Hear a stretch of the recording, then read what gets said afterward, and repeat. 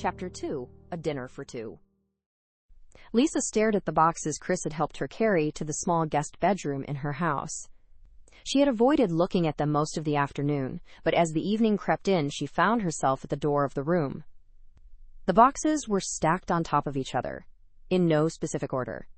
She knew she'd need to go through them one day. She couldn't keep Tom's possessions in there forever. She closed the door into the room, not wanting to even look at them. It made her feel a little guilty, like she was closing the door on Tom. Working hard to push that thought aside, she closed her eyes. After Tom's death, she had worked with a therapist for months to help understand her feelings as she moved past the initial grief. Guilt was a topic that came up often. As the grief subsided and there were better days, guilt often overtook her after a brief moment of happiness, as struggled to give herself permission to feel anything but sadness.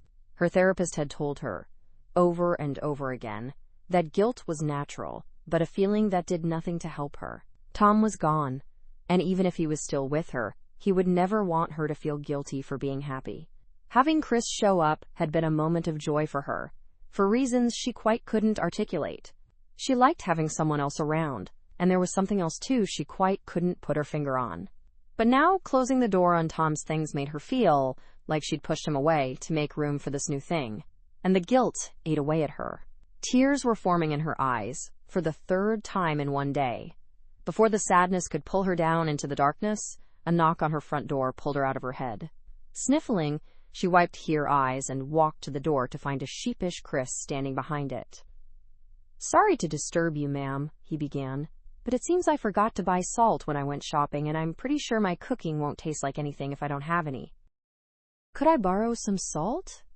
Lisa couldn't help but burst laughing. She saw red rise on Chris's cheeks, but a soft smile stayed on his lips despite it. "Of course," she replied, beckoning him to follow, graceful for the smile that he had put on her face again. "I thought people borrowing salt from their neighbors was a thing that only happened in stories from the way olden times." "Honestly, so did I, but I guess—" A loud beeping sound interrupted him. It rang out from the garage unit, whose door was left open. "What's that?" Chris asked, confused, looking at the open door. "That, my dear boy," Lisa said, pushing Chris aside and starting to the garage, "is the smoke detector." "The smoke detector?" Chris said, standing at the porch, looking after the running Lisa with a dumbfounded expression. "Why would—" "Oh, shit!" He took off from the door and sprinted after Lisa so quickly that he almost caught up with her before she was in the small apartment. A strong, burning smell filled Lisa's nostrils as she entered the place, looking for the source of the smoke. The smell wasn't that of smoke, though, but of burned food.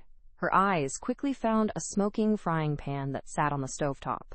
She calmly walked over and turned off the burner, then proceeded to dump the charred remains of whatever Chris had been cooking into the sink and opening the kitchen window. Chris stood at the edge of the door, looking even more sheepish, avoiding Lisa's gaze. "So I do have to confess that cooking isn't a strength," he finally said, looking at the floor, nervously rubbing the back of his neck. Lisa leaned on the kitchen counter with one hand, other hand on her hip, facing the young man. "You know, I never would have guessed. I honestly can't even tell what you were cooking. It was so badly burned. I was cooking some hamburger meat, and I guess it caught on fire."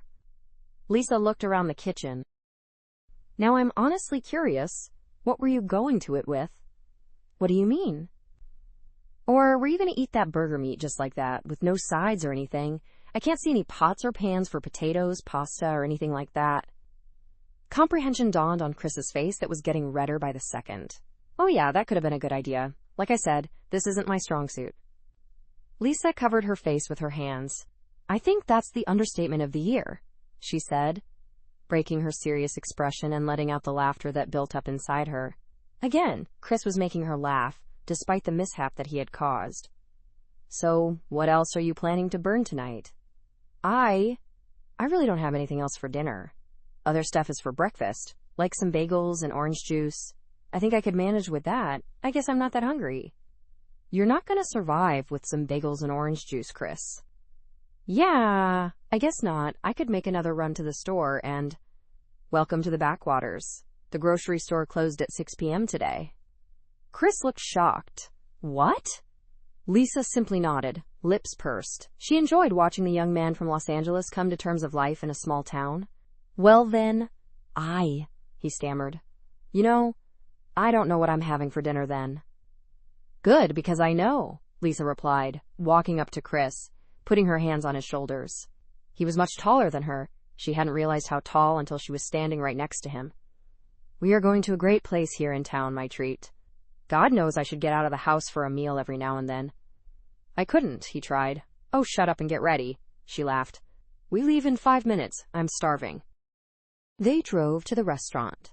No more than 5-minute drive, during which Chris was very quiet. He seemed still embarrassed from his fiasco in the kitchen, and Lisa decided to not push it. A small Italian restaurant that she remembered coming to, even as a young woman with her then-boyfriend, who later came her husband. It was not very crowded on a Sunday night, which Lisa enjoyed. She wasn't seen outside of her house much, aside from the grocery store, so she wasn't in the mood for catching up with people she didn't enjoy the company of to exchange meaningless platitudes. Over appetizers, Chris relaxed again, taking up Lisa's suggestion to getting a glass of red wine so she wouldn't have to drink alone. The wine seemed to smooth him out, taking away the nervous edge that so easily seemed to come out in him whenever he stopped talking for a second. Surprisingly, he also spoke slower after getting through half of the wine glass. Lisa guessed that the fast-paced, talkative nature she had seen so far was more of nervousness than the real Chris. As the waiter brought them their entrees, Lisa caught a glimpse at 2 women over at another table, speaking in a whisper and stealing glances at Lisa and Chris. The women looked a little older than Lisa to Chris. They wore very traditional clothing, dark dresses, and excessive jewelry. It was a stark contrast to Lisa, who sat at the table with her sun-faded jeans and a tight-fitting flannel shirt, her hair drawn back on a braid. Oh, God, Lisa sighed, turning her head away from the other table. What is it? Chris asked. There's 2 women over there I know, and they are clearly staring at us. Friends? Hardly, Lisa scoffed. I never really fit into the small-town wife role that many here play, so I wasn't let into the bitching circle. The what?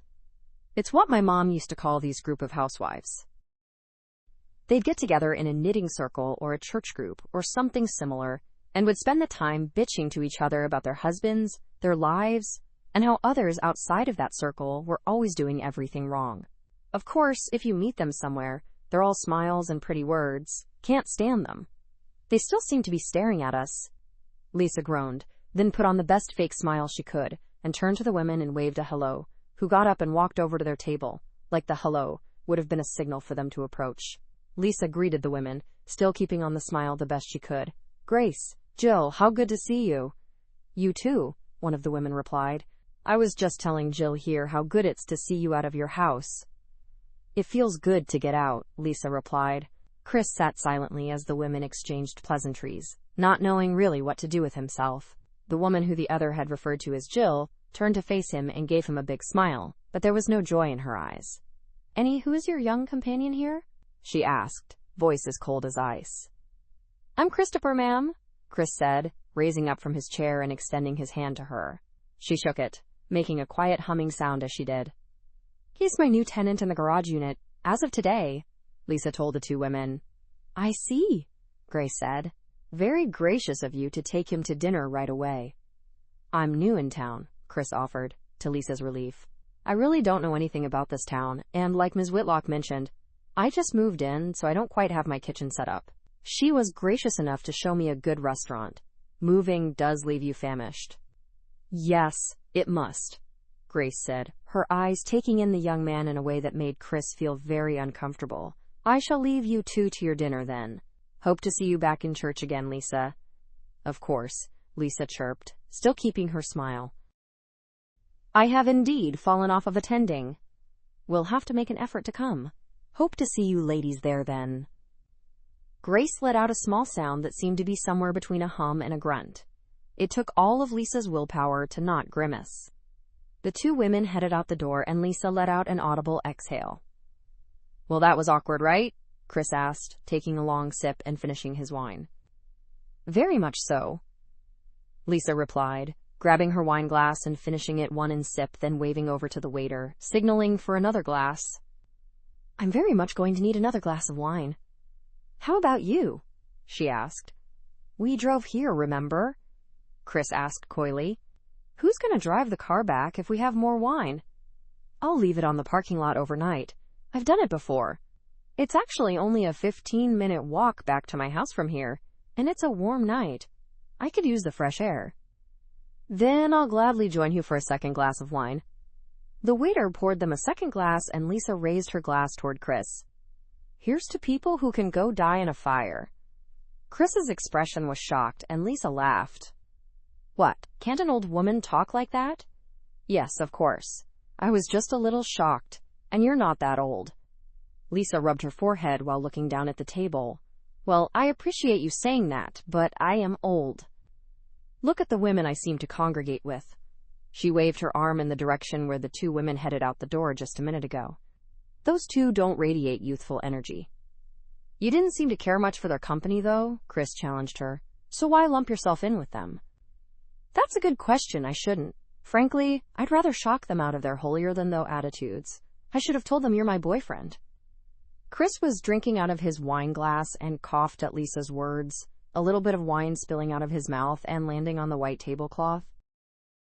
Oh, crap! He exclaimed, grabbing the napkin and trying to desperately undo the scarlet-red drops that sat on the cloth. See? I shocked you, Lisa said, a smug smile on her face. It's not, Chris started, still trying to get the wine stains out but making no progress. I just wasn't expecting you to say that. Nothing more. Good save, Lisa said, putting her napkin on the table. I need some fresh air. Let's get out of here. Outside, the night had fallen, but the air was still warm and carried the scent of flowers in it. The sound of crickets filled the night as Lisa and Chris walked back toward the house. Chris was mostly quiet, and Lisa found it enjoyable. She had to admit she liked having someone's company, but after a year of mostly keeping to herself, she was all out of words for the day. The young man stopped, turning to the sky to admire the stars. Lisa stopped next to him, craning her neck to admire the sky with him. The sky's different here, he said finally. How so? Lisa asked, turning to look at the man who was still lost in the starry sky. I grew up in L.A., the city of stars. Ironically, you couldn't really see stars there because of the lights of the city. As a small boy, every time we went outside of the city, I'd beg my parents to stay up so I could see the stars. They are so beautiful. She admired the young man and his ability to find beauty in a moment she took for granted. Her cheeks felt flushed in the hot night air. She felt her heart beat faster. She shook her head, trying to clear it, attributing the flushed moment to the 2 glasses of wine she had had earlier. After a minute, Chris looked down at He Stars to Lisa, smiled, and said, Okay, shall we go home? Lisa could only nod and follow him as he set off toward her house. Lisa woke up the next day with a heavy head, but a light heart. She was not used to drinking, and even 2 glasses of wine gave her an unpleasant, dull throb in her head. Usually that would have soured her day from the start, but that day she felt light and looked forward to the day. Sunlight peered through the window blinds, showering her room in golden light. She stretched in her bed, hearing the cracks and pops in her back and shoulders as she did so, vowing to find more time to exercise and properly stretch. She slipped out of bed and grabbed a light robe that was hanging off the back of her closet door and pulled it on. The air in the house felt warm already, despite it being only 8 in the morning. Walking barefoot, she made her way out of her bedroom, across the hallway that led to the kitchen, and stopped dead as she passed the front door, her heart almost jumping out of her chest. There was someone standing just outside the door. She could see the shape of a person through the narrow, wide window that lined the door on both sides. Good morning, the shape called through the door. I wasn't sure you were awake yet, so I didn't want to ring the doorbell. Chris, the young man, was standing outside of the door. Lisa unlocked the door and pulled it open. Christ, you scared me, Lisa told him. I'm not used to people hanging out behind my door in the morning. Sorry, I didn't mean to do that, Chris said, looking sheepish under his curly hair that seemed more messy than the day before. Chris's eyes wandered down from her face down briefly. In her haste to open the door, Lisa had forgotten that she was still wearing just a robe thrown over her shoulders, that was still open in the front. Under the robe, she only wore what she wore while sleeping. a top, and a pair of panties. She hastily closed the robe and tied it closed. Chris avoided her gaze, and she could see the red rise up on his cheeks that was already becoming familiar to her. "It's okay. What can I do for you?" she asked. "Actually, nothing," Chris replied, looking like a kid who wanted to show a new trick to their parents. "I wanted to say thank you for dinner last night, so I made breakfast." A look of horror came on Lisa's face, remembering the fiasco of the previous night. Chris noticed the expression and laughed. "Oh, don't worry about it. While I may be horrible at making dinner, breakfast is my forte as long as I don't have to cook anything, and I didn't." Chris gestured for her to join her on the patio. She stepped out the door into the pleasant morning air. The table that sat on her patio was set up for breakfast for two. There were muffins, toast, different kinds of cut fruit, and orange juice that looked very much fresh squeezed. Next to all of them stood a steaming pot of coffee. "I was never one for hot breakfast anyway," Chris explained while gesturing for her to sit down at the table. "So I got away without having to learn to cook. I did try making oatmeal on the stove in college for breakfast, but I kept burning it so badly, I had to throw the pot away." "Oh, Chris, you didn't have to go through all this trouble? I'm pretty sure half of these things weren't in your fridge last night." "You are correct, but I did learn that while the grocery store here closes early, it also opens at 7 in the morning, so I threw on my backpack and did a morning run to the store. Gotten a bit of a workout while at it." Chris poured them coffee and began to load food on his plate. Lisa picked a muffin and few pieces of fruit. She couldn't help but smile. The sun was rising above the trees and was starting to warm the patio. It seemed like the perfect morning. "Thank you, Chris," she said, squeezing his hand that lay on the table. "This means a lot to me, more than you probably could guess." "You're welcome," Chris replied, a puzzled look on his face. "I've had a hard year, and can't remember the last time I've had a nice moment like this. This and the dinner last night." "I alluded to something like that last night based on your interaction with those two women. It's just not my place to pry into it." "Yes, that might be right, but I think I want to tell you about it." So over breakfast, Lisa told Chris about Tom, staring briefly with their life, then moving on to his diagnosis and the year of suffering, watching the man she loved slip away to a shadow of his former self. Tears flowed freely down her face by the end. "I'm sorry, you barely know me, and here I am unburdening myself onto you," Lisa told him as she finished, using her sleeves to wipe off her tears. "It's okay," Chris replied in a gentle voice. "I'm going to go out on a limb here, but it seems like you needed someone to talk to about that. I've had my therapist, but I guess that's not quite the same thing. With her, it was always about moving forward, solving things, and everything like that. I think I just needed for someone to listen to me tell it, and not talk about how do I think about handling this or analyzing me. So yes, I think I just needed to talk about the last year to someone." Chris sipped on his coffee. "Interesting you say that," he said after putting down your coffee. "What do you mean?" "You said you needed to talk about the last year, but your story stopped at Tom's death, and if I understood it right, that was a year ago." Lisa stared at him. It took a moment for her to collect her words. "You're right," she finally replied. "I think for me, time stopped when Tom died. After that, it's been the same day all over again, like time wouldn't be passing. Seasons change, but it's always the same day. There isn't anything to tell from the last year." Chris rubbed his chin in the subtle shadow he had there. "Let me ask you this. What do you do for a living?" Lisa was surprised at the question. "Why do you ask?" "Humor me. I actually don't do anything for a living right now. We had the house paid off a few years back, and Tom's life insurance policy was considerable, so I'm living off of my savings right now. And honestly, I don't really spend money on anything lately." "Great, that was the answer I was looking for." Lisa's brow furrowed. "That I'm living off my dead husband's life insurance policy?" Chris laughed and clapped his hands together. "No, nothing like that. I was looking to hear that you aren't working, so you wouldn't have to call in sick or something to take the day off." "And why would I need a day off?" "Because you're going to take me hiking," Chris announced, pushing his glasses up on his nose. "I'm going to take you hiking?" "Well, which one of us knows the hiking trails around here? Not me." "Fair enough," Lisa conceded. "But why?" "Two reasons," Chris said, leaning forward to put his elbows on the table and lifting up two fingers to drive home his words. "One, my stuff doesn't come here until tomorrow, so I can't start working yet, and I need something to do. Two, You need to get out of this house and break the cycle.